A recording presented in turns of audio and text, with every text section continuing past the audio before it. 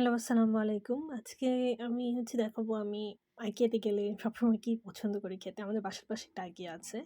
তো আমি সেখানে প্রায়ই যাওয়া হয়। তো সেদিন আমি গিয়েছিলাম সেখানে সেদিন লাঞ্চ করেছি। এটা আপনার ফিশ অ্যান্ড চিপস সেটা ট্র্যাডিশনাল UK সবাই জানে।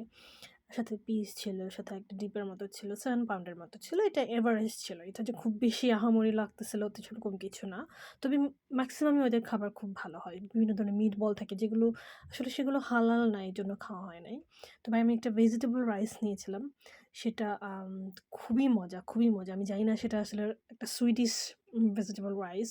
আমি YouTube এ অনেক সার্চ করেছি সেটার রেসিপি কিন্তু আমি খুঁজে পাই নাই। আম তো আমি চেষ্টা করেছিলাম বাসায় বানানোর জন্য। কিন্তু এখনো আমি কবে বানাবো বলতেছি কিন্তু বানানো হয়নি এখনো আসলে। তো এটা বিভিন্ন ধরনের পিস, তারপরে গাজর, তারপরে এরকম কর্ন দেওয়া, তারপরে ব্রোকলি ছিল। কিন্তু এত রিফ্রেশিং আর এত মজা লাগতেছিল আমি জানি না যে ভেজিটেবল রাইস এত মজা লাগতে পারে আমি জানি না। ওরা আসলে কিভাবে বানায়? আমি YouTube এ অনেক ঘাটাঘাটি করছি এটার ট্র্যাডিশনাল রেসিপি পাওয়ার জন্য। আমি খুঁজে পাইনি। কিন্তু খুব মজা লাগতেছিল ওইদিন খাইতে। সেদিন লাঞ্চে খাইছিলাম আমরা। তো ওইখানে গেলে আমরা প্রায়ই যেটা খাই সেটা একটা ভেজিটেবল হটডগ পাওয়া যায়, আইসক্রিম পাওয়া যায় মাত্র 65p দিয়ে। ওইটা খুব খাওয়া হয় বেশি। কিন্তু সেদিন কেন জানি মনে হলো যে লাঞ্চটাও করে আসি। তো লাঞ্চ করে আসলাম। খুব ভালো ছিল। IKEA-র খাবার আসলেই ভালো। আপনি মার্কেটে গেলে দেখা যাচ্ছে সকালে গেলে ব্রেকফাস্ট, লাঞ্চ, ডিনার সবকিছু করে আসতে পারবেন।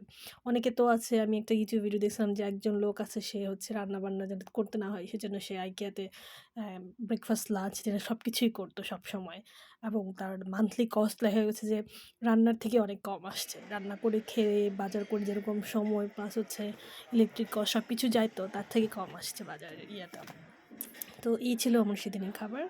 So thank you. Bye by.